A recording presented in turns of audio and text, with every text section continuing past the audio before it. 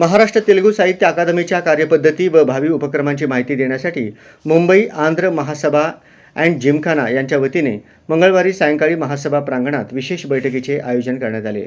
महाराष्ट्र तेलुगू साहित्य अकादमीचे सचिव सचिन निंबाळकर हे प्रमुख पाहुणे म्हणून उपस्थित होते।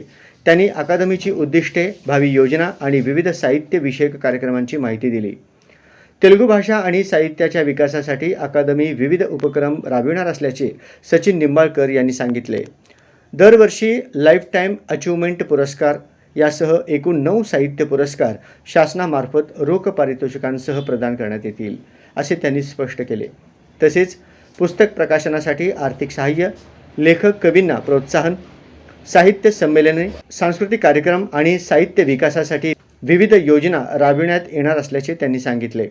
तेलुगू लेखक, कवी, कलाकार, तेलुगू संस्था आणि भाषाप्रेमींनी अकादमीच्या योजनांचा लाभ घ्यावा असे आवाहन त्यांनी केले।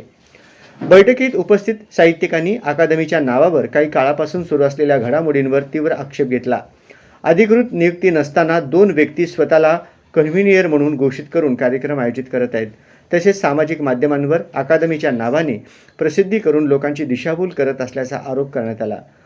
या प्रकरणाची तातडीने दखल घेऊन भविष्यात अशा घटना पुन्हा घडू नयेत अशी मागणी करण्यात आली।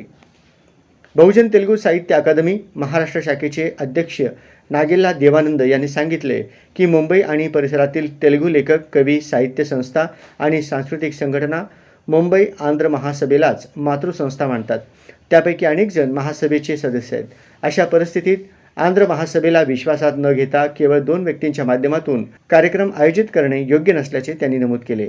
यापुढे अशा घटना टाळण्यासाठी सर्व तेलुगू संस्था आणि साहित्य संघटनांची संयुक्त आढावा बैठक घेऊन तिचे नेतृत्व आंध्र महासभेने करावे अशी सूचना त्यांनी केली। सर्वांच्या सहभागातूनच अकादमीचे कार्य अधिक प्रभावी होईल असेही त्यांनी सांगितले। मुंबई प्रादेशिक पद्मशाली संघाचे अध्यक्ष साईबे रामुलू यांनी सांगितले की प्रसिद्ध कवी व लेखक संगमिनी रवींद्र यांना कोणताही अधिकृत निर्णय न घेता कन्व्हिनियर पदावरून हटविणे आणि दुसऱ्या व्यक्तीची नियुक्ती करणे योग्य नाही।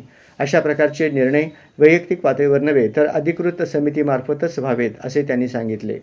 आतापर्यंत जे झाले ते झाले, मात्र यापुढे अधिकृत समिती तातडीने स्थापन करावी अशी मागणी त्यांनी केली। आंध्र महासभेच्या नेतृत्वाखाली सर्व तेलुगू संस्थांची मते जाणून समिती सदस्यांची नावे सांस्कृतिक कार्यमंत्री आशिष शेलार तसेच महाराष्ट्र तेलुगू साहित्य अकादमीकडे पाठविण्यात येतील असेही त्यांनी सांगितले।